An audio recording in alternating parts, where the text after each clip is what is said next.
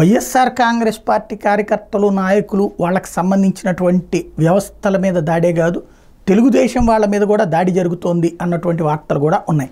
ఇందులో ఒకటి తాజాగా వెలుగులోకి వచ్చినటువంటి అంశం, తెలుగుదేశం పార్టీకి ఓట్లేశారని కుటుంబం మీద కక్ష పెంచుకున్నటువంటి ఎన్డీసీసీబీ మాజీ చైర్మన్ కామిరెడ్డి సత్యనారాయణ రెడ్డి హత్యాయత్నానికి తలపడ్డారు. స్థానికులు బాధితుల కథనం మేరకు తిరుపతి జిల్లా పెళ్లకూరు మండలం చిల్లకూరుకు చెందిన వైకాపా నేత రాకేష్ రెడ్డి ఎన్నికలకు ముందు సత్యనారాయణ రెడ్డి అరాచకాల మీద ప్రశ్నించారు. అప్పట్లో రాకేష్ రెడ్డిని సత్యనారాయణ రెడ్డి రోడ్డుపై కట్టేసి కొట్టారు.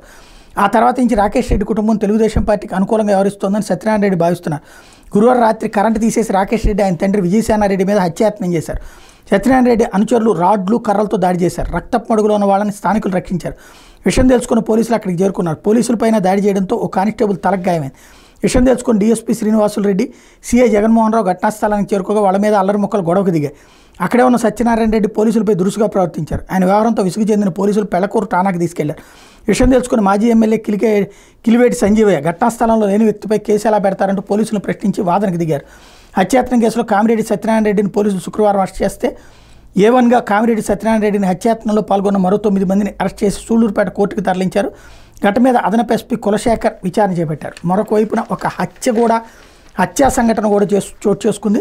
తెలుగుదేశం పార్టీ గెలిచిందన్న సంతోషంతో నా పార్టీ కార్యకర్త మీద వైకాపా మోకలు విచక్షణారహితంగా దాడి చేసే పసుపు జెండా పట్టుకోవడమే పాపం అన్నట్టు కర్రలో క్రికెట్ బ్యాటులతో తీవ్రంగా కొట్టాయి. దీంతో ఆయన ప్రాణాలు కోల్పోయారు.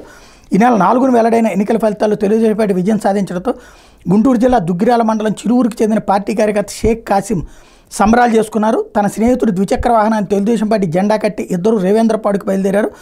ఓటమిని జీర్ణించుకోలేని వైకాపా కార్యకర్తలు తుమ్మలపూడి వద్ద వీరి వాహనాన్ని ఆపారు. కర్రలతో ఇద్దరిపై దాడి చేశారు. క్రికెట్ బ్యాట్తో కాసిం తల వెనక్కి కొట్టడంతో కింద పడిపోయారు. అదే సమయంలో అటుగా వెళ్తున్న పోలీసులు బాధితులను చూసి ఆసుపత్రికి తరలించారు. అప్పటికే కాసిం కోమాలోకి వెళ్లడంతో వెంటిలేటర్పై ఉంచారు. చికిత్స పొందుతూ శుక్రవారం మృతి చెందారు. దాడికి పాల్పడిన బోడపాటి కమలాకర్రావు, హృదయరాజు, హర్షవర్ధన్, పల్లం రవీంద్రబాబుని అరెస్ట్ చేసి కోర్టులో హాజరుపరిచారు.